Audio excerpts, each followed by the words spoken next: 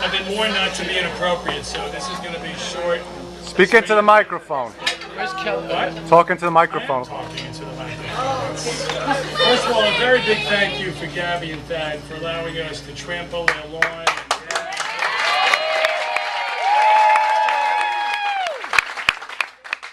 Another big thank you for Thad. My God, this guy does everything. He gives you his house, he gives you his lawn, and he's the photographer for the entire thing.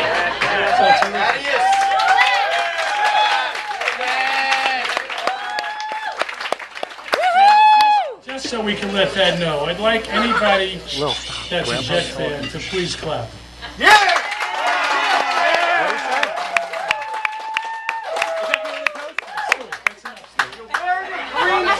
Anybody that's a Giant fan, please clap. All right, Thad, I guess that's it. You didn't ask about everything else. You know, we're in Jet territory, but we're still here. So he can hide. Wearing a green dress. Listen, you're a crasher back there. All right. No, seriously, Ronnie's not invited, but he was allowed to crash. The only one. I must admit that I find awesome, amazing, and incredible the three most overused words I've ever heard, especially on American Idol. But, you know, when your heart is bursting with pride and joy, and mine is, and I never expected to shed a tear as I did by the Katuba, it's easy to use those kinds of words for days such as this. And I want to thank everybody that's traveled here. I know from California and Oregon. I used to be in Oregon, from California, Cleveland. Chance, I think he still lives in Cleveland. I don't know.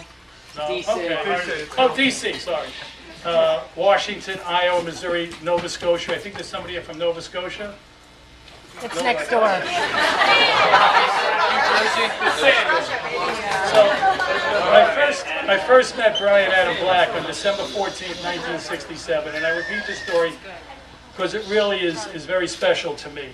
I was 23 years old. My wife didn't want me to say this, but I was so immature that I really could not wipe my butt. That's how immature I was. And Brian comes in, and it's 6 o'clock in the morning, and he's in wherever the babies are at Long Island Jewish, and I see this thing, and I say it's a thing because I'm 23 and I've never seen a baby before, and I'm a baby myself, and I start to cry. And I'm not crying for happiness, even though... No, I don't mean that I wasn't thrilled to have a child, but at 23 you don't appreciate some of these things. Brian, I think you'll appreciate it because you're going to be like 46 at that. Doing shit. So I'm 23 and I'm looking, and this is not made up. I'm looking and I'm crying, and my father, may he rest in peace, looks at me and he says, "Why are you crying?" And I said, "Dad, look at him." He said, "What do you mean?" I said, "He looks like a monkey that lost a fight."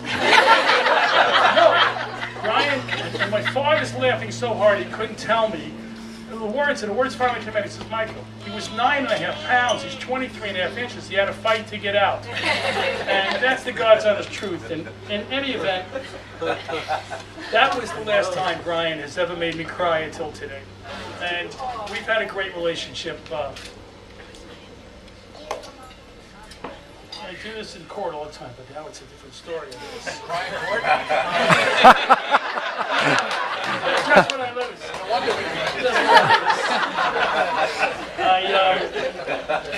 Be careful, Scott. He's just, whether it's at camp, there are friends here, I don't need this, there are friends here that Brian has made from camp, from Bayside, from BU, from BU in Oxford Guildford, from Bayside in Oxford Guildford, from the business he has now with Jesse and Adam and his boys there. And I really think the measure of a man is how your friends feel about you. Now this has been a joyous little wedding, and I go to weddings, you know, we've been to a few and they've been wonderful. But I think because both of these wonderful people waited so long to find what I believe is a perfect person to each one of them, that it shows the quality about both of them. But Katie, this is about Brian. It's fine. And I can't forget about Katie, ever. And he's just made me very, very proud. There are some traits that I have. I hold on to anger. Okay, got it from my mother. It's a therapy session. You know me, I hold on to anger. Okay,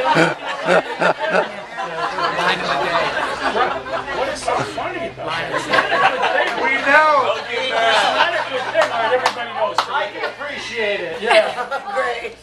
But Brian doesn't adopt any of that. He is so sensitive. He's always been so sensitive and so sweet and so warm that I think that's why all his friends love him. And you could see that with his boys from BU and all his, wherever you guys are from. You know who you are and what you are. I threatened Brian that I was going to name every single one of you. So I do that all the time, but I know Styx is not here, right? And I know Van Vesse's is not here, right? He's at the back party. He's at the back. But the rest of you guys are all here, and just want to thank all of you. And Brian is loved, I think, just about everybody. He's never learned to return telephone calls. Okay, that's not. He can work on that. And he doesn't like discord. He doesn't like fighting. Although I must admit, when he came home for BU in sports week, thank you, Carp, wherever you are. Okay? And I miss Boston very much and hanging out with you guys. It was really a pleasure. That the only time I can remember having a dispute with Brian was probably 1989, where we were two big guys. All right, he's an inch taller than me. Big deal. Big deal. And we were living on East 63rd Street, and we didn't talk for 6 weeks. And you know why we didn't talk? And made him go to bartending school. That's why we didn't talk. But he had a little card made up called Server of the Sauce, Brian Black. And he didn't like going to bartending school. He didn't like being a bartender. And then so he decided he better get out of that apartment and get a job. So I'm not saying anything about his shoes. Nothing. I was glad he didn't wear a white belt with the rest of his outfit, but that's okay. So, I know you married a very beautiful, warm, talented, and sensitive young woman. And you love her. She's not quite as funny as she thinks she is. That's an inside joke between me and Katie, and how nice she's already, I think, able to handle and probably likes my silliness, because I can be pretty silly at times. And that's one of the reasons I love her. And one last thing, and with the blessing of my beautiful wife, Donna.